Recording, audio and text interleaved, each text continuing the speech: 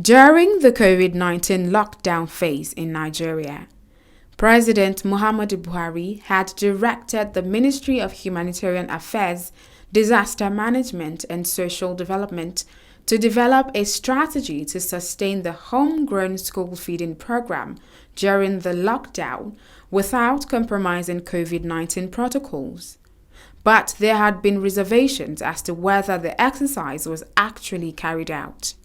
To this end, a non-governmental organization, Pairing Advocacy and Advancement Center in Africa, Paaca'S,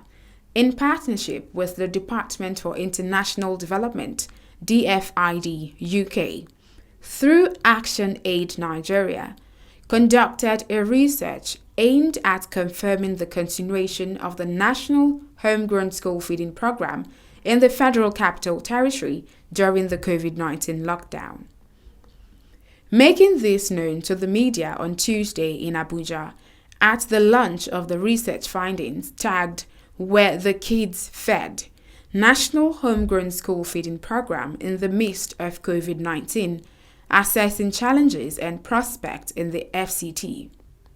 Executive Director of Paaca'S, Ezenwa Nwagu, said after a careful evidence-based research in the 6 area councils of the FCT, 62 wards from the 6 area councils were captured as household beneficiaries, and in these wards, a total of 120,300 pupils did benefit from the National Homegrown School Feeding Program of the federal government via voucher allocations.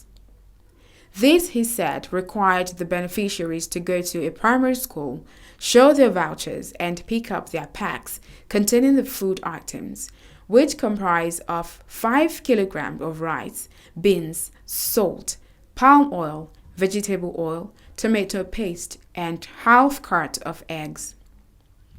The study used both open and closed-ended questionnaires to collect quantitative and qualitative data, which were administered to the respondents by the researchers over a period of 2 weeks. During the lockdown, the president directed that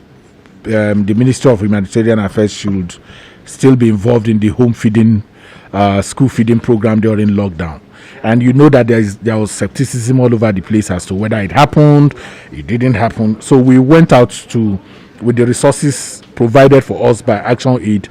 we decided to send our community network of observers, anti-corruption networks within the FCT to unravel in clear terms whether these things happened or not. And very clearly, it came out that rations were shared through a means of vouchers to about 120,300 pupils within the FCT. Aside some of these findings during the research, Paaca'S also made some key recommendations for consideration by the government and implementing ministry, the Ministry of Humanitarian Affairs, Disaster Management and Social Development. This report was specifically on the take-home ration program we did in FCT, and it's a welcome report in the sense that this is a third-party observation, and they had some key notes which they shared, key issues that they identified. But the most important thing about this report is an evidence that the program actually held, an evidence that truly take-home rations were distributed in FCT. We are very pleased with this report, and also pleased working with Paaca'S to make sure that we see this outcome. As also Action Aid, we believe very strongly that poverty globally can be eradicated, and eradicating poverty, we are looking at it from the sense of accessibility, that every man, every woman, every child should have accessibility to basic amenities of life. And when we see interventions that are connected to lives like the homegrown feeding program, we are always quick to make our own intervention and give our support to make sure that it's effectively carried out.